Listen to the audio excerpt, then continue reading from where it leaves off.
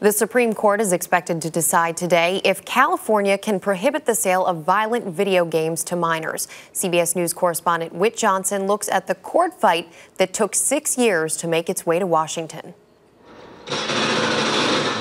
Dina Pollard Sachs has 4 children, and like most kids, they all love to play video games. They love video games. It becomes almost impossible to tear them away from the game sometimes. It's at the level of an addiction, really. And as a parent, her biggest concern is the increasingly violent nature found in some of the most popular titles, like Call of Duty and Manhunt. My concern is that they start to think in violent terms. You know, when you do something all day long, it tends to affect the way you see the world, the way you think.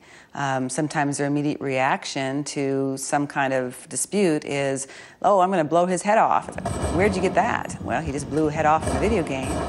And some experts agree, saying the images and actions kids are exposed to while playing these games could impact their behavior. In video games, especially the ones that are out now, there's much more active participation. We are involved in it. These kids and these teenagers are the ones doing the killing or the maiming or involved in the violence.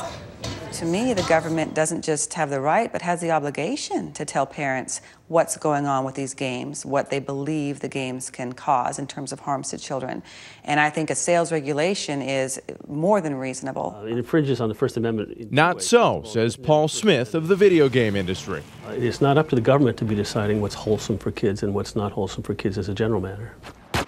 Despite a voluntary rating system created by the gaming industry, the state of California passed a law prohibiting the sale of violent video games to minors. But the law was blocked and never took effect. According to the statute, games are considered violent if they allow killing, maiming, dismembering, or sexually assaulting an image of a human being. Stores that sell them to children under the age of 18 would be fined $1,000.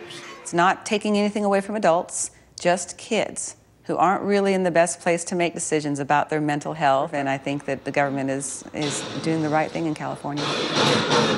Whit Johnson, CBS News, Washington.